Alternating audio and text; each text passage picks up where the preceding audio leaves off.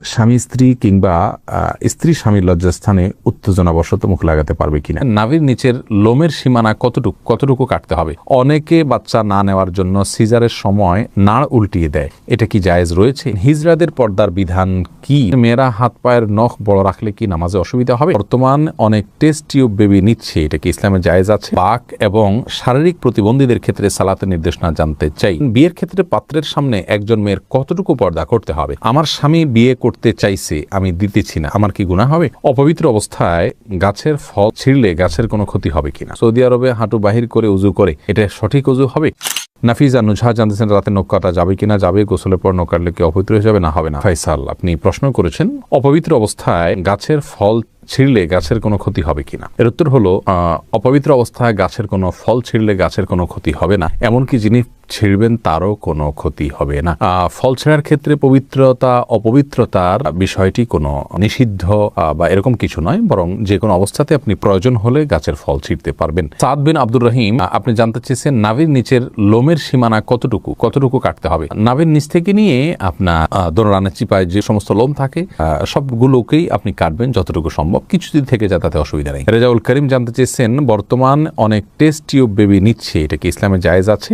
Test tube baby, এটাতে ইসলামের মৌলিক নির্দেশনা হলো যদি স্বামী স্ত্রীর বীর্য এবং শুক্রাণু থাকে এবং আরো কিছু শর্ত আছে, সেক্ষেত্রে মৌলিকভাবে এটি জায়েজ রয়েছে যদি নিরুপায় ব্যক্তি হয় তার জন্য। জাকির কাজী জানতে চেয়েছেন কোনো কারণে কবর পরিবর্তন করার বিধান কি? কবর পরিবর্তন করা যেতে পারে বিশেষ কোনো কারণে, আপনার কবরের উপরে হয়তো কোনো গৃহ বা মসজিদ সম্প্রসারণ করতে হচ্ছে, তাহলে সেক্ষেত্রে কবরে যিনি শায়িত আছেন তার ধ্বংসাবশেষকে কোনো একটা ব্যাগে বা কিছুতে নিয়ে অন্য সাধারণ কবরস্থানে একটা কবরে দাফন করে দেওয়া, এটা বিধিবদ্ধ, এটা নাজায়েজ বা গুনাহের কোনো কাজ নয়। তবে সেটা একান্ত প্রয়োজন হলে তখন যে কোনো হেনতন অজুহাতে এরকম করা যাবে না, এটা কবরের বাসীর প্রতি অসম্মান প্রদর্শন হবে সেক্ষেত্রে। তানজিন মিষ্টি জানতে চেয়েছেন মেয়েরা হাত পায়ের নখ বড় রাখলে কি নামাজে অসুবিধা হবে? নামাজ হয়ে যাবে যদি আপনি নখের ভেতরে চিপায় পানি পৌঁছাতে পারেন, তাহলে সেক্ষেত্রে নামাজ হয়ে যাবে, নামাজের কোনো সমস্যা নেই। তবে যদি ব্যাপারটি এরকম হয় যে নিচে পানি পৌঁছাচ্ছে না, অতিরিক্ত হওয়ার কারণে ময়লা জমে যাচ্ছে, তাহলে সেটা একে তো অনুচিত, দ্বিতীয়ত হলো যদি পানি না পৌঁছে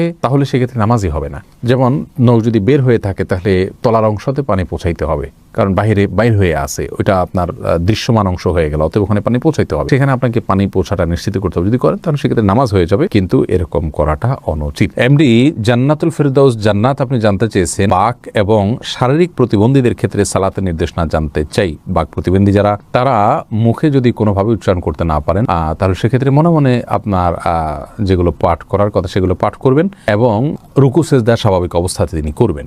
আর শারীরিক প্রতিবন্ধী যারা, তারা যেভাবে পারেন সেভাবে সালাত আদায় করবেন। আল্লাহ রাব্বুল আলামিন বলেছেন ফাত্তাকুল্লাহ মাসতাতা'তুম, তোমরা আল্লাহকে যতটুকু সাধ্যে কুলায় ততটুকু ভয় করো। অতএব প্রত্যেকে যার সাধ্য অনুযায়ী তার আমলগুলো সম্পাদন করতে হবে। আবু হানিফা আরিফ জানতে চেয়েছেন হিজড়াদের পর্দার বিধান কি? ভাই আবু হানিফা, হিজড়া যারা, তাদের জন্য পর্দার বিধান হলো তারা সাধারণ অবস্থাতে যদি পুরুষের সাথে তাদের সাদৃশ্যটা বেশি হয় তাহলে সেক্ষেত্রে তারা পুরুষদের সাথে দেখা করবেন, মেয়েদের সাথে পর্দা করবেন। আর যদি তাদের শারীরিক গঠন মেয়েদের আলামত, মেয়েদের শরীরের গঠনটা তাদের মধ্যে বেশি থাকে, পুরুষের গঠনটা কম থাকে, তাহলে সেক্ষেত্রে মেয়েদের বিধান তাদের জন্য প্রযোজ্য হবে, তারা পুরুষদের সাথে পর্দা করবেন। এটা হলো একটি মত এবং সবচেয়ে প্রসিদ্ধ এবং গ্রহণযোগ্য মত। এছাড়া হিজড়াদেরকে নিয়ে আরো নানা রকমের মত রয়েছে ওলামায়ে কেরামের। নার্গিস আক্তার জানতে চেয়েছেন মেয়েদের নামাজ ভাঙতির সময়ে কি কি আমল করা যাবে? যখন নামাজ থাকবে না সে সময় তিনি সব কাজ করতে পারবেন, শুধু নামাজ পড়বেন না, রোজা রাখবেন না, স্ত্রী সহবাস করবেন না, তওয়াফ করবেন না, এছাড়া সব কাজ করতে পারেন। কোরআনে কারীম স্পর্শ করা বা তেলাওয়াত করা, স্পর্শ করতে পারবেন না, তেলাওয়াত করার বিষয়টি বিতর্কিত বা এটা নিয়ে আলোচনা রয়েছে, অনেক ওলামায়ে কেরাম এটাকে অনুমোদন দিয়েছেন, সৌদি আরবের স্কলাররা অনুমোদন দিয়েছেন, তবে অন্যান্য ইমামগণ এটার অনুমোদন দেননি। কিন্তু তারা তিনি শুনতে পারবেন, জিকির করতে পারবেন, দুরূদ করতে পারবেন, ইস্তেগফার করতে পারবেন, ইসলামিক বই পুস্তক পড়তে পারবেন, এই সমস্ত কাজগুলো করা তার জন্য জায়েজ রয়েছে। তবে শারমিন শিবলি জানতে চেয়েছেন অনেকে বাচ্চা না নেওয়ার জন্য সিজারের সময় নাড় উল্টিয়ে দেয়, এটা কি জায়েজ রয়েছে? সাময়িক যদি হয় এটা তাহলে এটা জায়েজ রয়েছে, যদি স্থায়ী হয় তাহলে এটা জায়েজ নাই। মাহমুদুল হোসেন মিমু, আপনি জানতে চেয়েছেন বিয়ের ক্ষেত্রে পাত্রের সামনে একজন মেয়ের কতটুকু পর্দা করতে হবে? সাধারণ চেহারা, মুখাবয়ব, এটা দেখার নির্দেশনা রয়েছে। রাসূলুল্লাহ আকরাম সাল্লাল্লাহু আলাইহি ওয়াসাল্লাম একজন সাহাবীকে বিয়ের প্রস্তাব দিয়েছেন কোন একজন মেয়েকে, তিনি বলেছেন ফানজুর ইলাইহা, তুমি তাকে দেখে নাও।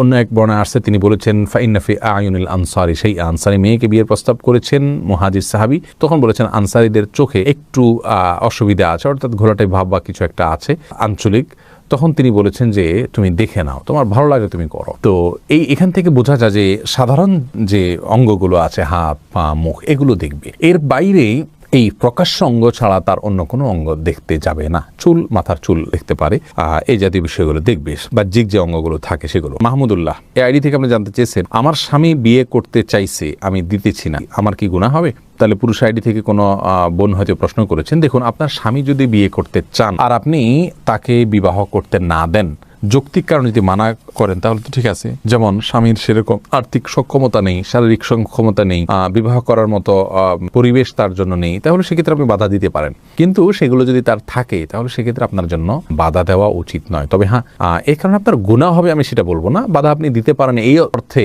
যে আপনি সতীন চাচ্ছেন না, আপনি স্বামীর কাজের পরিণাম আপনাদের উভয়ের জন্য ভালো হবে না, সেই দৃষ্টিকোণ থেকে আপনি বাধা দিচ্ছেন, তাহলে আপনি দিতেই পারেন, গুনাহ হবে না। কিন্তু যদি আপনার আল্লাহর বিধানের প্রতি আপনার অবজ্ঞা থাকে এবং অশ্রদ্ধা থাকে, তাহলে সেটি ভিন্ন কথা। সেটার কারণে হলে গুনাহ শুধু হবে না, তার কারণে ঈমানও যেতে পারে। বিল্লাল বাঙালি আপনি জানতে চেয়েছেন, সৌদি আরবে হাঁটু বাহির করে উজু করে, এটা সঠিক অজু হবে? অজু হয়ে যাবে ভাই বিল্লাল, তবে হাঁটুর কাপড় সরিয়ে ফেলা এটা জায়েজ কিনা সেটা হলো মূল প্রশ্নের বিষয়। অজু নিয়ে এটা নিয়ে আপত্তি নেই, হাঁটুর কাপড় উঠায় অজু করলে অজু হয়ে যাবে, বা অজু অবস্থায় হাঁটুর কাপড় উঠে গেলেও অজু থাকবে, নষ্ট হয়ে যাবে না। কিন্তু হাঁটুর উপরে কাপড় উঠানো পুরুষের জন্য এটা জায়েজ কিনা, বিশেষ করে অন্য পুরুষদের সামনে, এই নিয়ে ওলামা একরামের এবং ফোকা একরামের মতো পার্থক্য আছে যে হাঁটু এটা সতরের অংশ কি না। বিশুদ্ধ মত অনুযায়ী এটা সতরের অংশ। তো তবে সৌদি আরবের ওলামা একরাম এবং অনেকের মতেই আপনার হাঁটু এটা সতরের অংশ নয়। যেহেতু এটা সতরের অংশ নয়, যার কারণে এটা উন্মুক্ত হলে গুনাহ হবে না। এটার একটা যৌক্তিক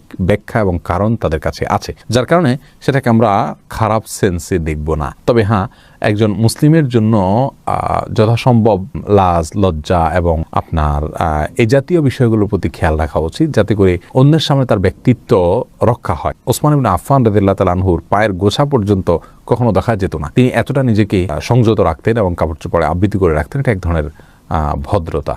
যাই হোক, শরীয়তের বিধানের কথা বলতে গেলে যেহেতু একটা শরঈ ব্যাখ্যা রয়েছে তাদের কাছে, যার কারণে সেটাকে আমরা হারাম বা গুনাহ বলতে পারবো না। তারিয়া আলম আপনি জানতে চেয়েছেন, কেউ বদদোয়া করলে এই বদদোয়া কাটানোর জন্য কি করতে হবে? বদদোয়া কাটানোর কোনো সিস্টেম নেই। আল্লাহর কাছে ইস্তেগফার করবেন এবং চেষ্টা করবেন ভালো পথে থাকার জন্য, আল্লাহর কাছে আশ্রয় চাইবেন। এনাম জানতে চেয়েছেন, চিরকুমার থাকা কি জায়েজ আছে? না, চিরকুমার থাকা জায়েজ নাই, যদি কেউ এটাকে সওয়াবের কাজ মনে করেন। হ্যাঁ, দিনের কোনো কাজ, বড় কোনো দায়িত্ব পালন করতে গিয়ে, দিনের জ্ঞান অর্জন করতে গিয়ে তিনি বিয়ে করার সুযোগ পাচ্ছেন না, তাহলে সেটা তার জন্য জায়েজ রয়েছে, এইটুকু বলা যেতে পারে। তবে রাসূল করিম সাল্লাল্লাহু আলাইহি সাল্লাম বিবাহ না করে থাকার বিষয়টিকে সমালোচনা করেছেন এবং তিনি বলেছেন যে তোমরা বিবাহ করো, বিবাহ আমার সুন্নাহর অন্তর্ভুক্ত। এই জন্য বিবাহ করে, সংসার করে, তার ফাঁকে ফাঁকে ইবাদতবন্দি করা, ইলম শেখা, সেটা হলো উচিত এবং উত্তম। রিজওয়ানুর রহমান হৃদয় জানতে চেয়েছেন, স্বামী স্ত্রী কিংবা স্ত্রী স্বামীর লজ্জাস্থানে উত্তেজনাবশত মুখ লাগাতে পারবে কিনা? এটা ঘৃণ্য কাজ ইসলামী শরীয়তে। এটি আর কিছু না হলেও মাকরু, কমপক্ষে হারাম সরাসরি না হলেও মাকরু, অপছন্দনীয় কাজ। এরপরে এমডি জাকির জানতে চেয়েছেন, দোকানে কি বিড়ি সিগারেট বিক্রি করা সম্পর্কে ইসলাম কি বলে? যদিও আমরা খাই না, আমরা বলেছি এই বিষয়ে একটা ভিডিও ক্লিপে।